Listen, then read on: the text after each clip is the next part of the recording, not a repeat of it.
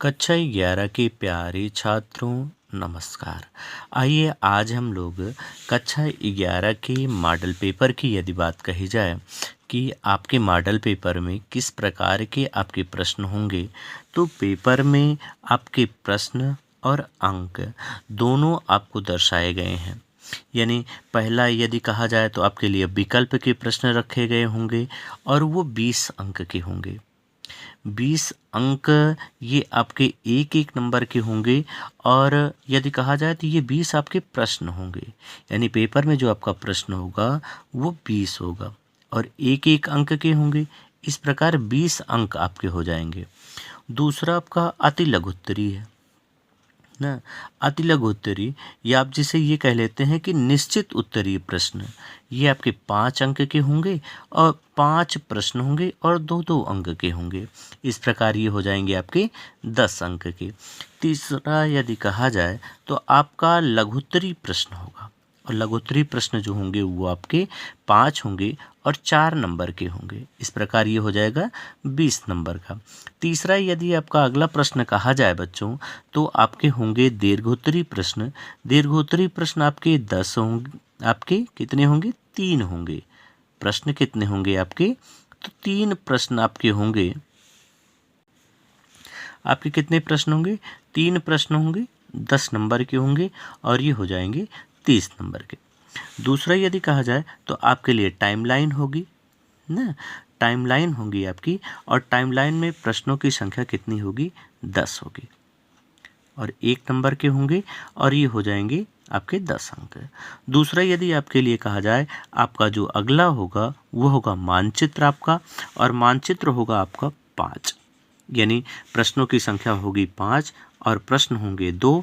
इस प्रकार आपका हो जाएगा 10। यदि आप टोटल करेंगे तो टोटल अंकों की आपकी संख्या हो जाएगी 100। यानी 100 अंक की आपकी परीक्षा, इतिहास की परीक्षा 100 अंक की होती है। प्यारे बच्चों, यदि आप प्रश्न पाना चाहते हैं, प्रश्न यदि आप हल करना चाहते हैं, तो आप चैनल को सब्सक्राइब कर लीजिए, शेयर कर लीजिए, बेल आइकन दबा लीजिए और मित्रों तक भी इसे पहुंचा दीजिए ताकि उन्हें भी आपके द्वारा पूर्ण अंकों की प्राप्ति हो सके। आइए प्रश्न देखा जाए कि कौन से प्रश्न आपके लिए हो सकते हैं। प्यारे बच्चों, आपसे दीर्घोत्तरी प्रश्नों में पूछा जा सकता है कि पेरी द्वारा मेजी सरकार की पुनर्स्थापना में क्या सुधार किया गया।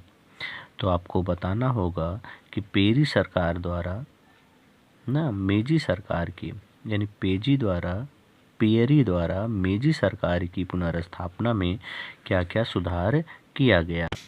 तो आपको दिखाना होगा कौन सी कि शिक्षा में क्या सुधार किया गया, प्रशासनिक सुधार क्या किया गया ना, राजनीतिक सुधार क्या किया गया और आर्थिक क्षेत्र में कौन से सुधार किए गए थे। तो ये आपको इसमें दिखाना होगा कि पेरी द्वारा मेजी सरकार की पुनर्स्थापना में क्या सुधार किया गया था। आइए दूसरा प्रश्न देखा जाए कि आपके लिए कौन से पेपर तैयार किए गए होंगे बोर्ड की तरफ से। तो दूसरा प्रश्न यदि कहा जाए तो दूसरा प्रश्न आपका है कि संयुक्त राज्य अमेरिका तथा कनाडा का विस्तार किस प्रकार हुआ। संयुक्त राज्य अमेरिका तथा कनाडा का विस्तार किस प्रकार हुआ। तो आप क्या लिखेंगे कि तो इस प्रश्न में आपको दिखाना चाहिए कि संयुक्त राज्य अमेरिका और कनाडा की सीमाएं कब अस्तित्व में आई और अमेरिका द्वारा क्या क्या बदलाव किया गया था। जैसे अमेरिका में दास प्रथा थी, तो दास प्रथा को किस प्रकार से हटाया गया ना, या अमेरिका में किस प्रकार से यूरोपीय व्यापारियों का प्रवेश हुआ था। आइए तीसरा प्रश्न आपके लिए जो बोर्ड ने तैयार किया होगा वो क्या होगा कि मेसोपोटामिया के पतन के कारणों की व्याख्या कीजिए। यानी आपको बताना है कि मेसोपोटामिया के पतन के क्या कारण रहे होंगे जिसके कारण मेसोपोटामिया की सभ्यता का पतन हुआ। जैसे आप लिख सकते हैं कि सभ्यताओं का, तो इसमें आपको दिखाना चाहिए कि किस प्रकार से सभ्यताओं का परिवर्तन हुआ था और लोगों ने एक स्थान से दूसरे स्थान पे चले गए। और दूसरा ये भी कारण आप दिखा सकते हैं कि नदियों के जो जल का बदलाव हुआ था उसके कारण भी यह मेसोपोटामिया का पतन हुआ। आइए लघुत्तरी में देखा जाए कि किन प्रश्नों को रखा जा सकता है। प्यारे बच्चों, आपके लिए लघुत्तरी के प्रश्नों में जो तैयार किया होगा बोर्ड ने, वह लगभग हो सकता है इसी प्रकार से तैयार किया गया होगा कि चंगेज खान कौन था। और दूसरा प्रश्न आपसे पूछा जा सकता है कि रोमन साम्राज्य के इतिहास को जानने के साधनों का उल्लेख कीजिए। यानी ऐसे कौन से साधन थे जिनसे रोमन साम्राज्य के इतिहास के बारे में जानकारी मिलती है। जैसे मुद्रा आप कह सकते हैं, जैसे ऐतिहासिक साक्ष्य कह सकते हैं ना, उनका वर्णन आपको करना है। तीसरा प्रश्न आपका है कि पादरी और भिक्षुओं में क्या अंतर था। पादरी और भिक्षुओं में क्या अंतर था, ये आपको स्पष्ट करना होगा कि पादरी को क्या कहा जाता था और भिक्षुओं को क्या कहा जाता था और उनमें क्या अंतर था समाज में। चौथा प्रश्न आपके लिए तैयार किया गया होगा कि यूरोप में पुनर्जागरण के कारणों का उल्लेख कीजिए। यानी यूरोप में कौन से कारण थे जिनके कारण पुनर्जागरण की व्यवस्था हुई और उसका विस्तार किया गया। अगला प्रश्न आपका पांचवा हो सकता है कि महामारी के प्रकोप का वर्णन कीजिए। यानी महामारी से कौन से प्रकोप फैले थे और किस प्रकार जनसंख्या को प्रभावित हुई, तथा जनसंख्या के साथ साथ वह अर्थव्यवस्था को भी किस प्रकार से प्रभावित किया था महामारी ने। महामारी आप जानते हो कि प्लेग के द्वारा ना, जिसमें व्यापार के लिए प्लेग महामारी जो है वो 1347 ईस्वी से 1350 ईस्वी के मध्य में पश्चिमी यूरोप में फैली हुई थी। और सर्वाधिक रूप से यदि कहा जाए तो वह मध्यकालीन यूरोप को ही प्रभावित किया था। आइए लघुत्तरी प्रश्नों के साथ साथ बच्चों हम लोग टाइमलाइन के भी प्रश्न देख लें कि कौन से आपके 10 टाइमलाइन के प्रश्न दिए गए हैं।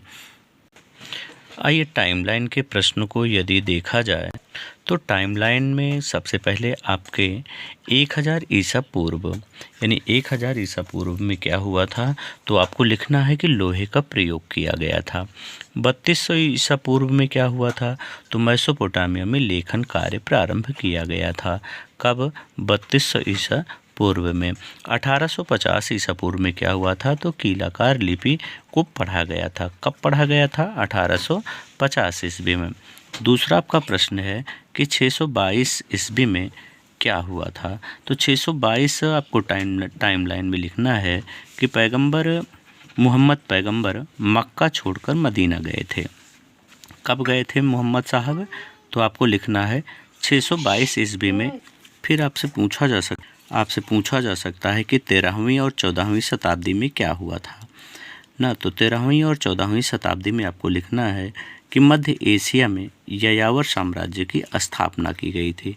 और किसने किया था, तो आप लिख सकते हैं कि चंगेज खान द्वारा मध्य एशिया में यायावर साम्राज्य की स्थापना, या आप वैसे भी लिख सकते हैं कि यायावर साम्राज्य की स्थापना की गई थी। आइए अगली डेट देखा जाए तो अगली डेट आपके लिए 1206 निर्धारित की जा सकती है कि 1206 ईस्वी में क्या हुआ था। तो 1206 ईस्वी में आप जानते हैं कि गुलाम वंश की स्थापना भी हुई थी और आपके यहाँ यास नियम लागू किया गया था ना। और फिर अगला प्रश्न आपसे पूछा जा सकता है कि 1315 और 17 में क्या हुआ था, तो यूरोप में विनाशक अकाल आया था। यानी यूरोप में विनाशकारी अकाल आया हुआ था ना। 11वीं शताब्दी में क्या हुआ था, तो आप लिख सकते हैं कि इंग्लैंड में सामंतवाद का विकास हुआ था कि यहाँ यास नियम लागू किया गया था ना। और फिर अगला प्रश्न आपसे पूछा जा सकता है कि 1315 और 17 में क्या हुआ था, तो यूरोप में विनाशक अकाल आया था। यानी यूरोप में विनाशकारी अकाल आया हुआ था ना। 11वीं शताब्दी में क्या हुआ था, तो आप लिख सकते हैं कि इंग्लैंड में सामंतवाद का विकास हुआ था। यानी इंग्लैंड में सामंतवाद का विकास किया गया था। फिर अगला आपका प्रश्न है कि 1349 में क्या हुआ था, तो फ्लोरेंस विद्यालय की स्थापना हुई थी। यानी विश्वविद्यालय की स्थापना कब हुई थी, तो 1349 को। अगला है कि 1914 और 18, यानी 1914 से 18 तक क्या हुआ था, तो ये आपका हुआ था प्रथम विश्व युद्ध। यानी आपसे कहा जा सकता है कि प्रथम विश्व युद्ध कब हुआ था, तो 1914 और 18 में आपका प्रथम विश्व युद्ध हुआ था। आइए अगला देखा जाए कि मानचित्र के लिए आपके कौन से प्रश्न रखे जा सकते हैं। आपसे पूछे जा सकते हैं कि वह स्थान जहाँ से चांदी के मुकुट के साक्ष्य मिले हैं, यानी चांदी के मुकुट का साक्ष्य कहाँ से मिला है, तो वह स्थान है ना आपका हरियाणा, यानी हरियाणा से चांदी के साक्ष्य मिले हैं। दूसरा प्रश्न आपसे पूछा जा सकता है कि वह स्थान जहाँ महावीर स्वामी का जन्म हुआ था, यानी महावीर स्वामी का जन्म कहाँ हुआ, तो ये कुंडग्राम में हुआ था। और कुंडग्राम कहाँ है आपका, तो आप लिख सकते हैं कि ये आपका मध्य प्रदेश में विद्यमान है। अगला प्रश्न आपका है कि वह स्थान जहाँ खुसरो बाग है, तो अब आप कहाँ लिखेंगे कि वह स्थान जहाँ खुसरो महावीर स्वामी का जन्म हुआ था, तो ये महावीर स्वामी का जन्म हुआ था तो कुंडग्राम में ही हुआ था। अगला आपका प्रश्न है कि वह स्थान जहाँ खुसरो बाग स्थित है, तो खुसरो बाग कहाँ है, प्रयाग में, और प्रयाग कहाँ है आपका, उत्तर प्रदेश में। अगला स्थान आपका है कि वह स्थान जहाँ चौरी चौरा की घटना हुई थी, यानी चौरी चौरा की घटना कहाँ हुई थी, तो ये आपका हुआ था गोरखपुर में, और गोरखपुर कहाँ है, उत्तर प्रदेश में ही आपको दिखानी है, यानी आपको नेपाल के बॉर्डर के पास आपको दिखानी है कि ये गोरखपुर यही है। अगला आपका स्थान पूछा जा सकता है कि वह स्थान जहाँ लाल किला स्थित है, तो लाल किला आपका कहाँ है, दिल्ली में। अब मानचित्र में आप कहाँ दर्शाएंगे, तो ये मानचित्र में आप देख सकते हैं कि आपका ये उत्तर प्रदेश गोरख और प्रयागराज, यानी प्रयागराज जो है गोरख और आपका प्रयागराज उत्तर प्रदेश में विद्यमान है। दूसरा यदि आप देखें तो दिल्ली दिल्ली के बगल कौन सा है आपका, हरियाणा, यानी हरियाणा और दिल्ली आप एक स्थान पे थोड़े से अंतर करके आप दिखा सकते हैं। कुंडग्राम कहाँ है आपका, तो कुंडग्राम आप दिखा सकते हैं कि ये मध्य प्रदेश में विद्यमान है। आइए अगला प्रश्न देखा जाए कि आपका अगला प्रश्न क्या होगा। प्यारे बच्चों, आपसे अति लघुत्तरी में पहला प्रश्न पूछा जा सकता है कि उरुक नगर की विशेषता का वर्णन कीजिए, यानी उरुक नगर की कौन सी विशेषता थी, ये आपसे पूछा जा सकता है कि कौन कौन सी विशेषता है। वैसे उरुक नगर आप जानते हैं कि ये कहाँ के नगर थे, तो आपके पहले चैप्टर में आप पढ़े हैं मेसोपोटामिया, और मेसोपोटामिया में आपके 3 नगर थे ना, आप उनके बारे में आपको उनमें से किसी एक यानी उरुक नगर के बारे में आपसे पूछा गया है। दूसरा आपसे है सामंतवाद से क्या तात्पर्य है ना, तो सामंतवाद आपको बतानी है कि सामंतवाद किसे कहते हैं, सामंतवाद कब था ना। तीसरा आपका प्रश्न है कि उपनिवेशवाद, यानी उपनिवेशवाद किसे कहते हैं ना, ये आपसे पूछा गया है कि उपनिवेशवाद क्या है। चौथा प्रश्न आपसे पूछा जा सकता है कि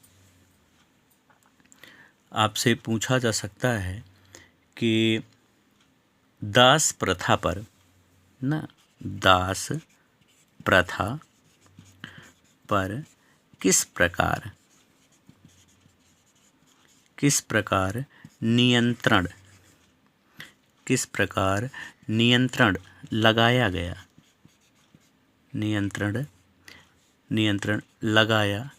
था ना।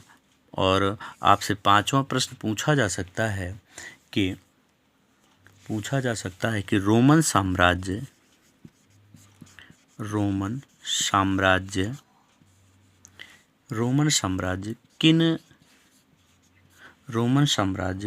किन महाद्वीपों में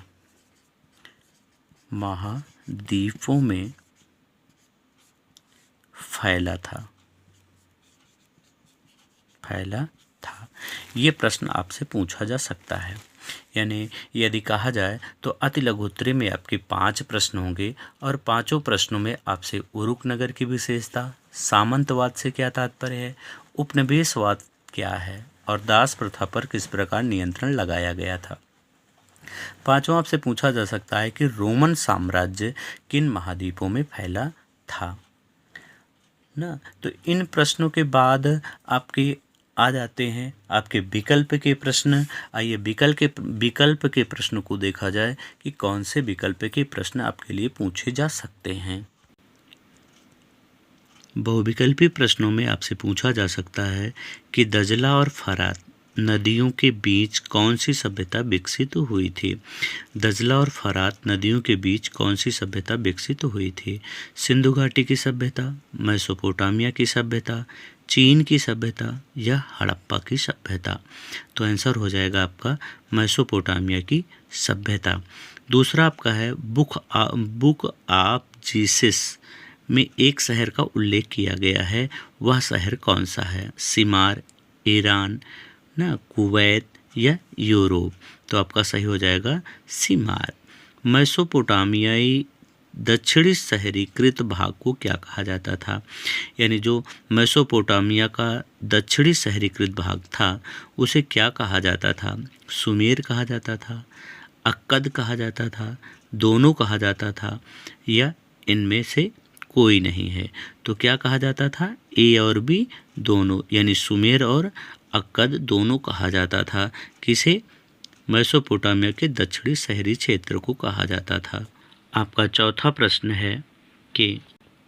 प्रश्न है कि मेसोपोटामिया में किस नदी की धाराएं सिंचाई के लिए नहर का कार्य करती थी। यानी मेसोपोटामिया में किस नदी की धाराएं सिंचाई के लिए नहर का कार्य करती थी। दजला करती थी, फरात करती थी, नील नदी करती थी या हांगो नदी करती थी।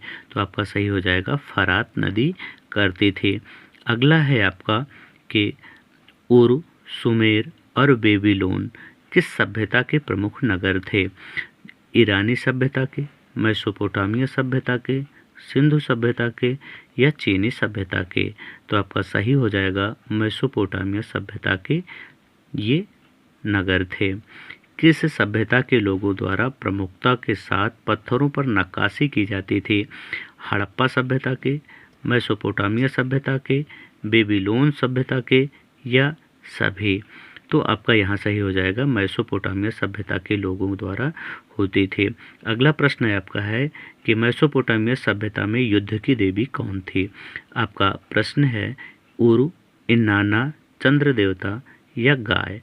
तो आपका सही हो जाएगा युद्ध की देवी इन्नाना को कहा जाता था।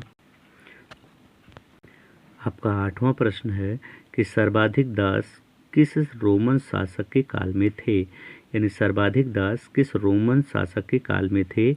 पहला है आपका अगस्टस, लुई 16वां, हेनरी तृतीय, जूलियस या अगस्टस।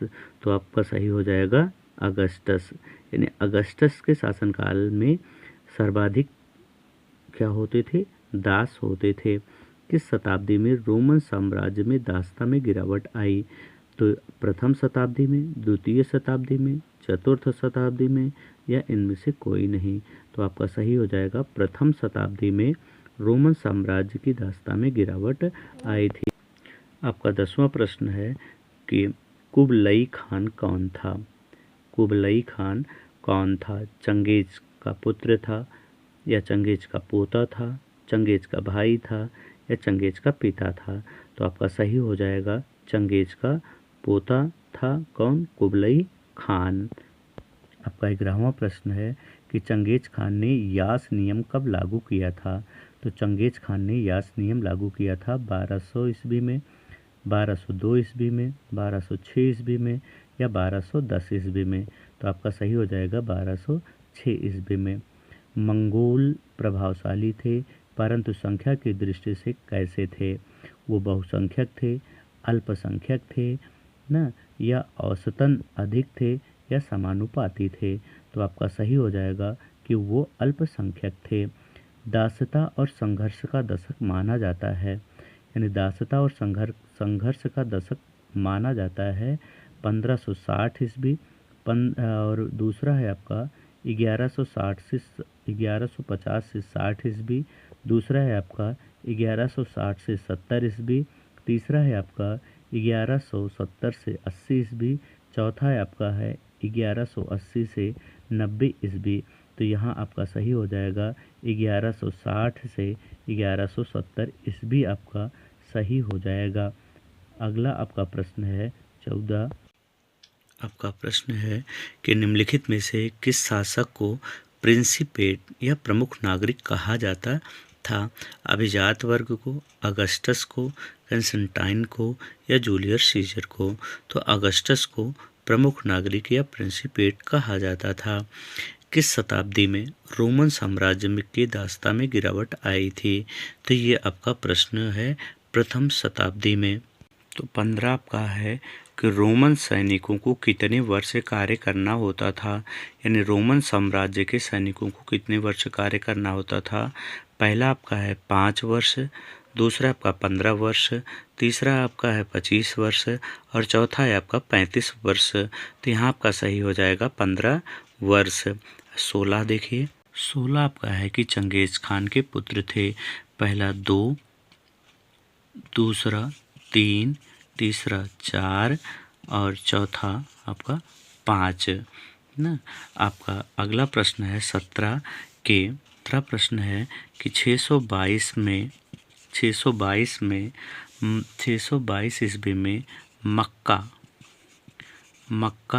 से मदीना कौन गया? तो पहला विकल्प है कि अकबर गया था। दूसरा आपका विकल्प है कि मोहम्मद साहब गए थे ना। चौथा विकल्प है आपका कि तीसरा आपका है कि बाबर गए थे। चौथा है आपका कि इकबाल गए थे। आपका 18वां प्रश्न है 18 आपका है कि यूरोप में छापे खाने का विकास हुआ था। छापे खाने का विकास कब हुआ? आपका 16वीं में। पहला विकल्प आपका 16वीं शताब्दी में, 17वीं शताब्दी में, 18वीं शताब्दी में या 19वीं शताब्दी में। तो आपका सही हो जाएगा 16वीं शताब्दी में। आपका 19वां प्रश्न है कि जापान की मुख्य फसल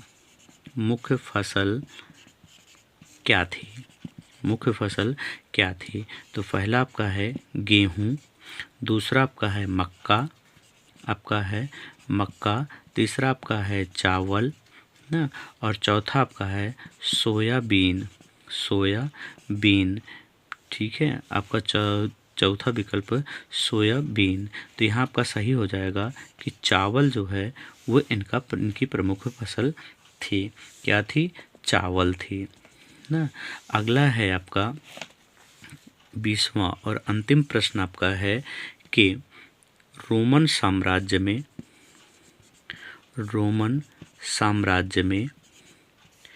बैंकिंग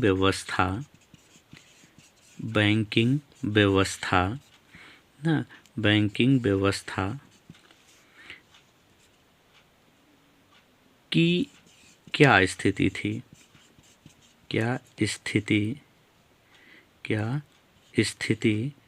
थी ना।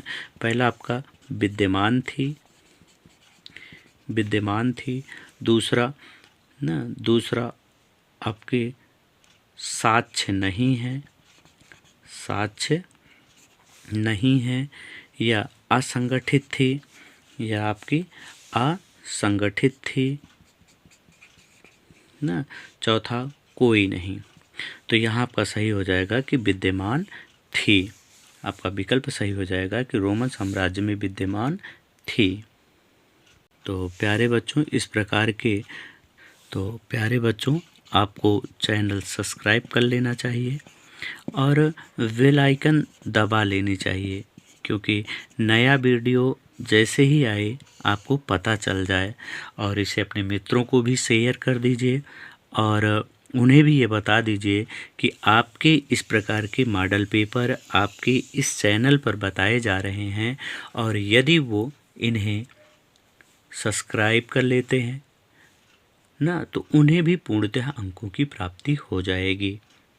और आपका दूसरा मॉडल पेपर जल्द ही आपके पास होगा।